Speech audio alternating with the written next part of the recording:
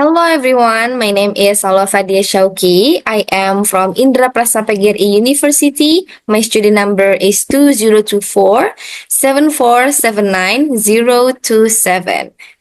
So, today I will present a topic to complete my midterm exam for the course Academic Speaking for Scientific Purposes. I am going to talk about leading a happy life. This purpose of this presentation is to share some simple ways we can live a happier and more meaningful life. I hope this topic can inspire us to take better care of ourselves and those around us. So let's begin.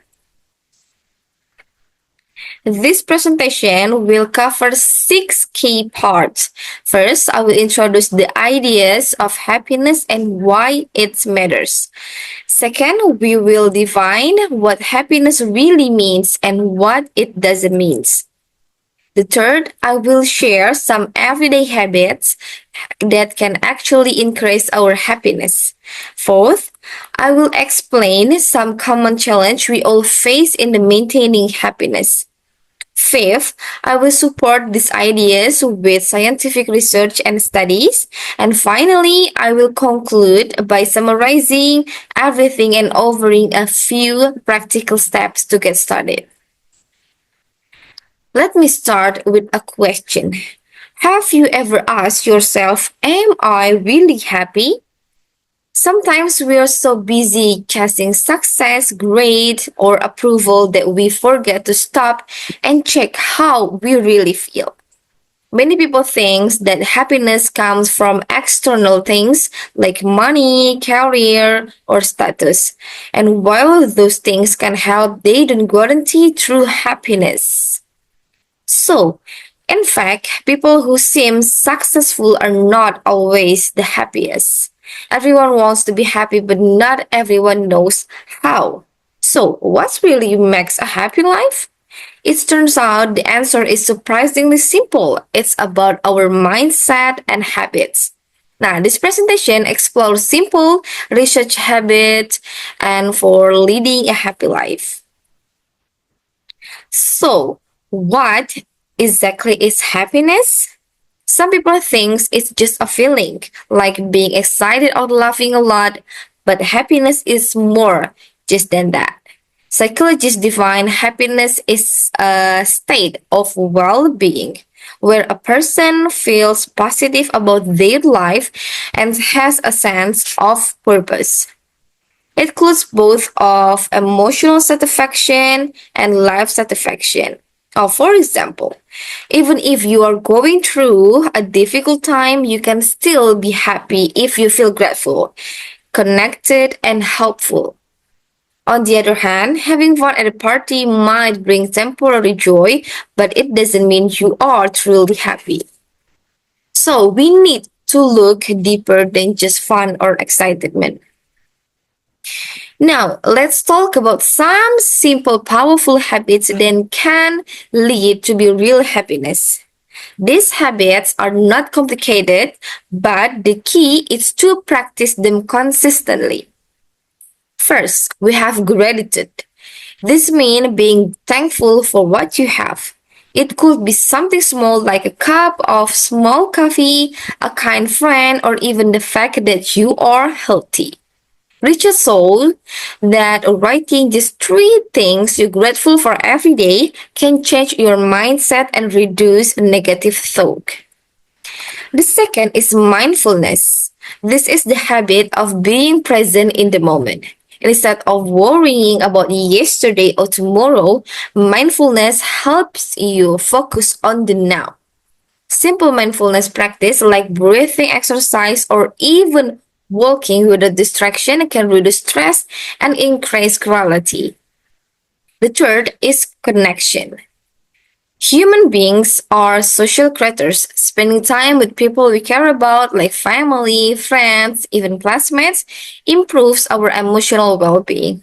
A simple message or call or someone you miss can boost both your happiness and theirs.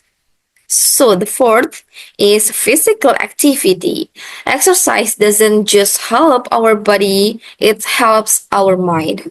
Even 10 to 15 minutes of walking or stretching a day can improve our mood, focus, and energy levels. And the fifth, helping other act of kindness like volunteering or helping a friend create a sense of purpose and connection.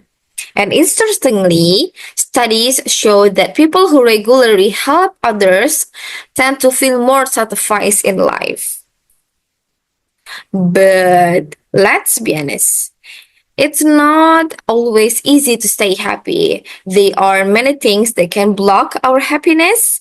One major challenge is stress from school, work, or personal responsibilities.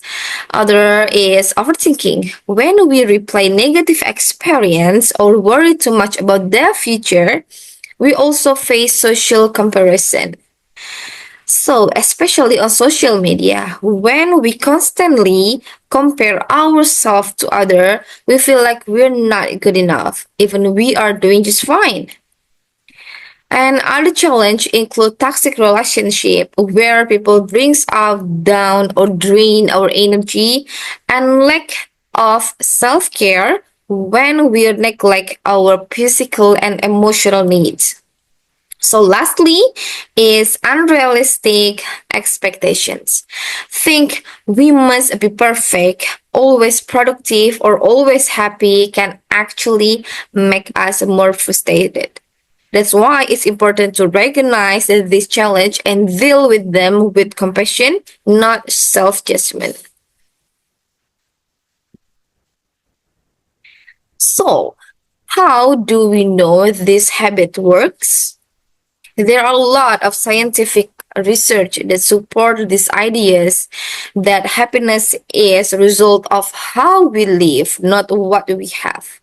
One famous study is the Harvard study of adult development is which follow people for over 75 years. One more study is the research from the researchers found that the number one factor in long-term happiness was good relationship, not money or fame.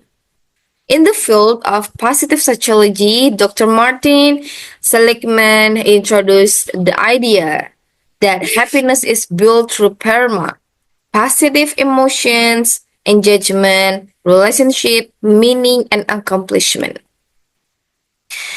Other study by Dr. Robert Emmons showed that people who keep a gratitude journal for just 3 weeks reported better sleep, more optimism, and fewer health complaints.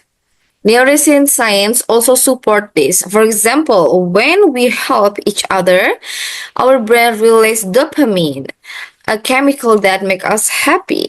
The same goes for exercise. It activates the brain reward system and reduces symptoms of anxiety and depression. Okay, so to wrap up, happiness is not something we wait for, it's something we build.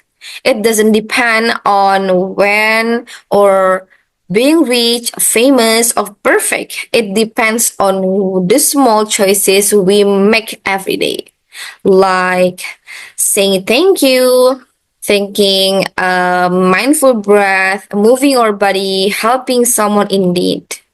So, happiness is a choice and a habit, not a destination. By practicing gratitude, mindfulness, connection, and self care, we can lead happier lives. So, start small, be consistent, and focus on what truly matters. This action may seem simple, but their impact so powerful.